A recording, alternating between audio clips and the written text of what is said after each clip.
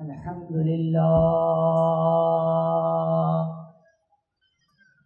إن الحمد لله نحمده ونستعينه ونستغفره ونعوذ بالله من شرور أنفسنا ومن سيئات أعمالنا من يهده الله فلا مضل له ومن يضلل فلا هادي له وأشهد أن لا إله إلا الله وحده لا شريك له وأن محمدًا عبده ورسوله أما بعد فإن خير الحديث كتاب الله وخير الهدي هدي محمد صلى الله عليه وسلم وشر الأمور محدثاتها وكل محدثة بدعة وكل بدعة ضلالة وكل ضلالة في النار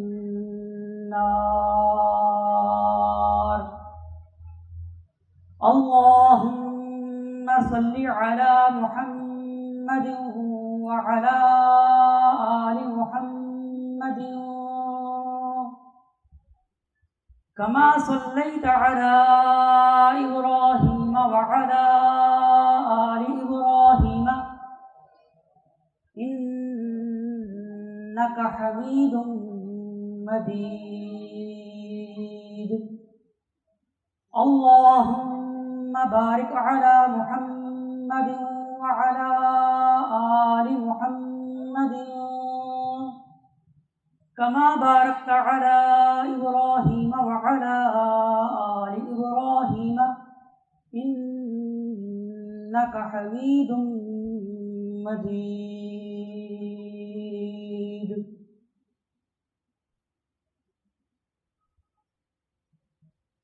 سورہ حشر کے اندر اللہ تبارک و تعالیٰ نے ارشاد فرمایا اعوذ باللہ السمیع العلیم من الشیطان الرجیم من حمزہ ونفخہ ونفثہ یا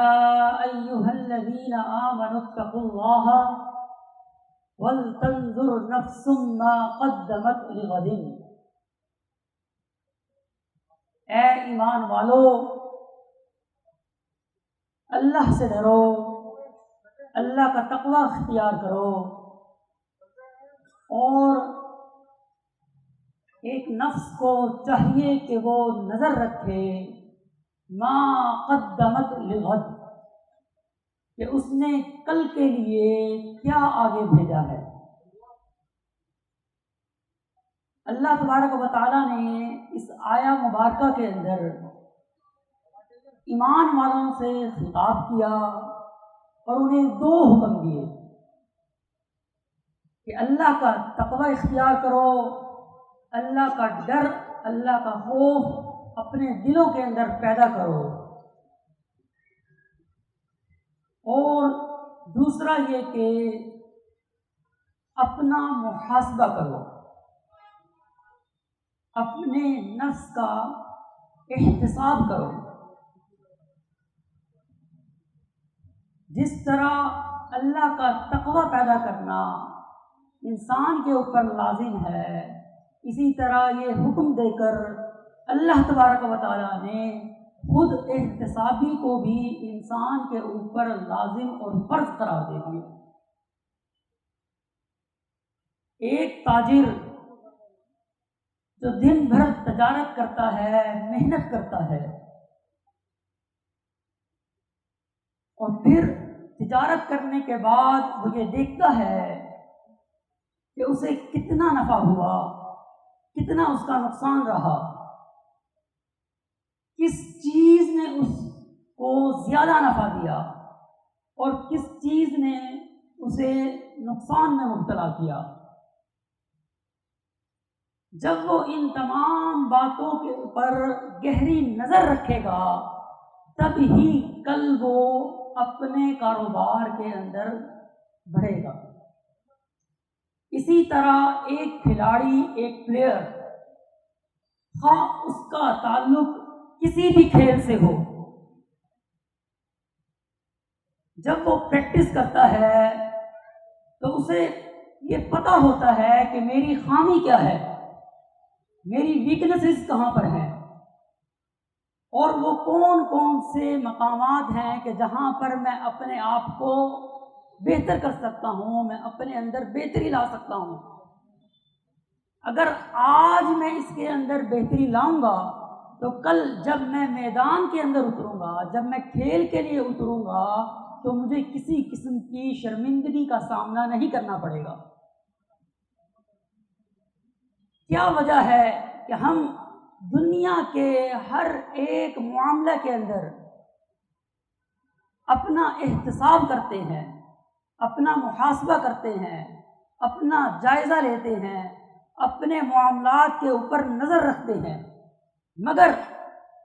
ہم دینی معاملات کے اندر اپنا جائزہ، اپنے نظر نہیں رکھتے اس طرح سے اپنے معاملات کے اوپر۔ حالانکہ ہونا تو یہ چاہیے تھا کہ جس چیز کے بارے میں ہمیں یقین ہے کہ قیامت آ کر رہے گی، آخرت ہو آنے ہی والی ہے، تو پھر اس کی تیاری تو بالیقین بنتی ہے، مگر ہم نے اس چیز کو فراموش کر ڈالا۔ تزکیہ نفس کے اندر جو سب سے پہلا سٹیپ ہے، سب سے پہلی سیڑھی اور سب سے پہلا زینہ ہے، وہ یہی خود احتسابی ہے۔ قرآن مجید کے اندر ارشاد ہے، قد افلح من زکاها وقد خاب من دساها، کہ کامیاب ہو گیا وہ شخص کہ جس نے اپنے نفس کو برائیوں سے پاک کر لیا، اور نامراد رہا وہ شخص، وہ نفس کہ جس نے برائیوں سے اپنے نفس کو آلودہ رکھا۔ اب برائیوں سے تو وہ شخص بچے گا، برائیوں سے تو وہ شخص محفوظ رہے گا جسے پہلے اپنی برائیوں کا پتہ ہوگا۔ اگر ایک شخص کو اپنی برائیوں کا پتہ ہی نہیں ہے تو وہ کیسے اپنے آپ کو ان برائیوں سے محفوظ رکھ سکے گا؟ تو ان برائیوں سے اپنے آپ کو محفوظ رکھنے کے لیے پہلے ان کا جاننا ضروری ہے کہ میرے اندر آخر وہ کون سی برائیاں ہیں کہ جنہیں میں نے ختم کرنا ہے۔ تو انہی برائیوں کے بارے میں جاننے کا نام ہی خود احتسابی ہے۔ انہی برائیوں کے بارے میں جاننا یہی اپنے نفس کا محاسبہ کہلاتا ہے۔ تو سب سے پہلا سٹیپ،